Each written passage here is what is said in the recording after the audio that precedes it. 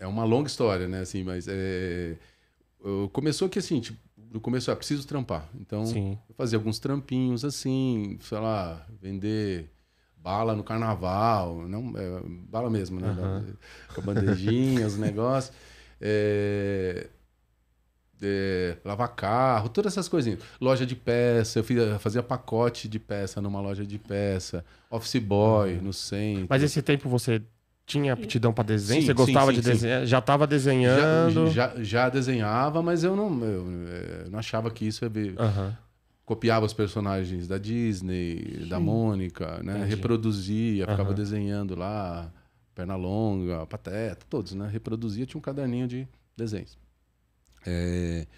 Então eu sempre desenhei, mas assim, cara, naquele tempo não era uma coisa assim que eu imaginava como profissão, assim, pro meu padrão, pelas pessoas que eu conhecia, cara, era impossível, né, ter alguma coisa com arte. Já era anos 90? 80? Não, isso é anos 80. 80, né? 80 aí não, assim, não tinha conexão.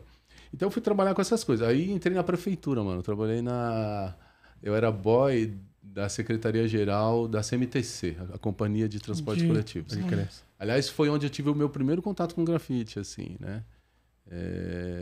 Mas, tipo, tinha um outro boy lá, um moleque que era mais descolado, que andava de skate e tal. E aí o moleque falou, mano, você desenha bem. Viu lá eu desenhando? Pô, você desenha, porque você não faz umas paradas. Aí, cara, fizemos um zine. Ali naquela época, né? Pode crer. Mano, você não tinha internet, você não tinha revista, você não tinha nada. Aquele tempo era todo mato. Meu. E aí eu fiz um zine com ele, pá. Nunca andei de skate, que fique bem claro, né? Porque às vezes as pessoas falam assim, ando de skate. Não ando. Nunca andei, não tenho o menor talento. Mas tinha o China, que era um moleque lá que... skate. E ele que me apresentou uma escola de desenho, que ele fazia curso lá também, né? Da hora.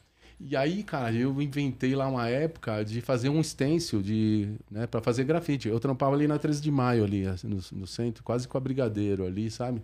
Sim. Eu moro ali perto. Você mora ali? Moro na rua Arthur Prado. É uma travessa da Brigadeira ali. Então, aquele lugar ali já, 1000 anos eu trampava ali, então eu conheço aquele pedaço ali bem. E aí, mas muito com medo, muito na surdina, eu fiz uns extensinhos lá embaixo do viaduto pra ninguém ver mesmo. Tipo, eu morria de medo, cara. Perdeu o medo, né? Mano, a gente tá falando de ditadura, anos 80. Era um mundo, meu. Se alguém te prendesse, cara... Por isso que eu dou valor também pros caras dos anos 80, assim, mano, porque os caras que começaram nos anos 80, eu sei que aquela situação era muito pânico mesmo, tá ligado? Você saiu daquele, sabe, do caminhozinho ali que você tem, você vai preso e não sabe se você volta. O que vai acontecer, então... foi nesse cenário aí que eu tive a primeira experiência com grafite, mas eu falei, nunca mais vou fazer isso, é horrível. Deu vontade de ir no banheiro, mano, nossa, horrível. Falei, nossa, minha mãe não pode saber nunca disso. Aliás, se ela ver esse podcast, ela vai saber que foi, mas assim, nunca isso é um segredo, tá ligado? Vamos marcar ela lá.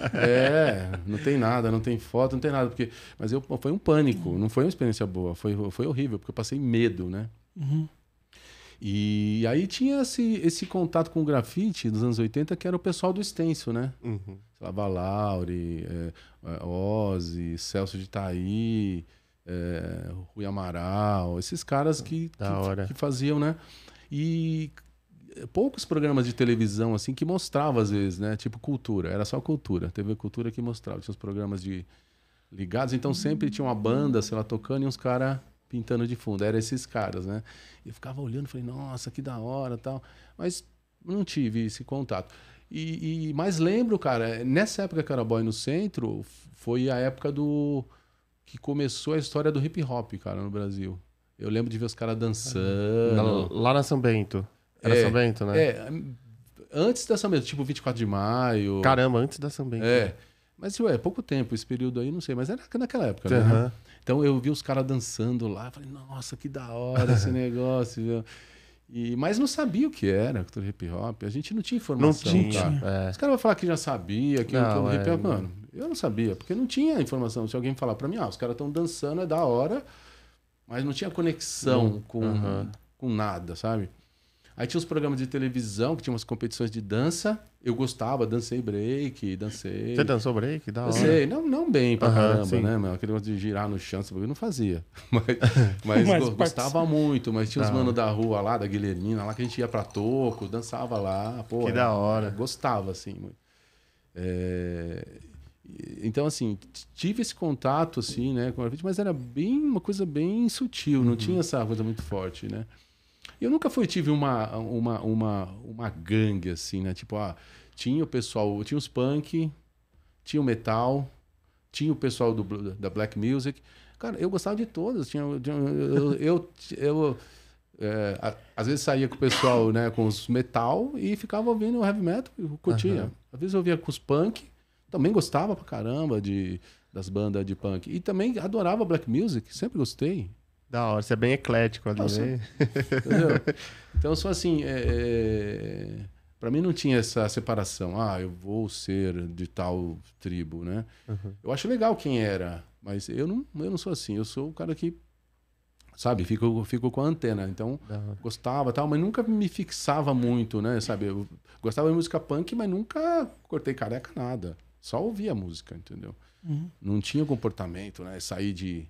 Usava coturno, porque todo mundo usava também, naquela época ali nos anos 80, todo mundo, né, que eu digo, do meio, a molecada, né, usava e tal. E você morava lá na Zona Leste ainda? Morava, mas não muito. Cara, eu mudei muito quando criança, eu mudava muito. Então, eu morei no 15, morei em Itaquera, morei em Guaianazes, morei na Guilhermina, morei na Vila Granada. Morei em vários... Você conhece bastante Zona Leste. Já rodou bastante. Sempre Zona Leste, assim. Então, morei muito ali, né? Naquela região.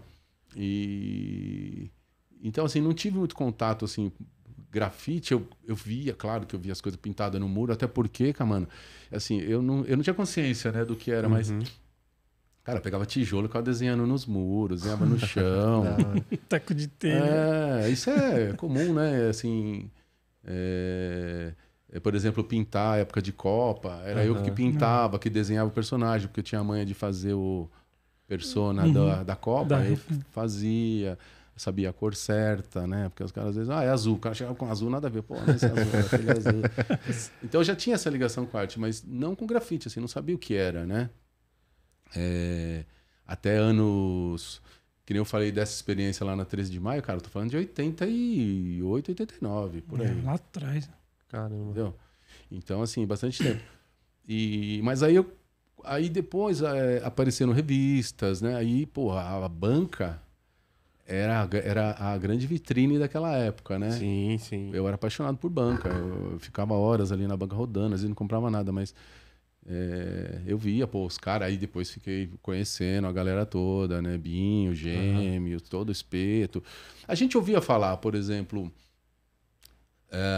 no trampo, né, na agência que eu trampava lá, eu lembro a menina falar, o Espeto falou, Espeto, quem é Espeto?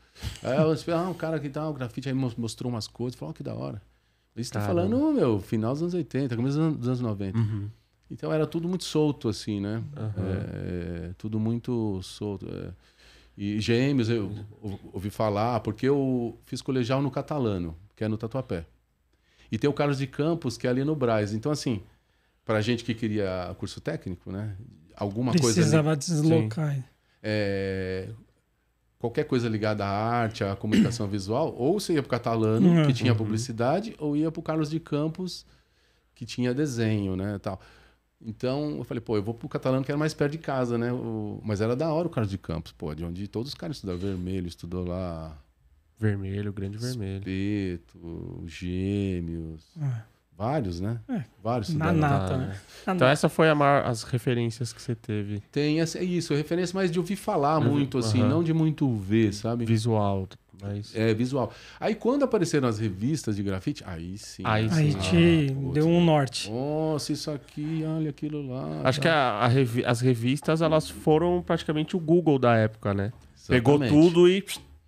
Pra você...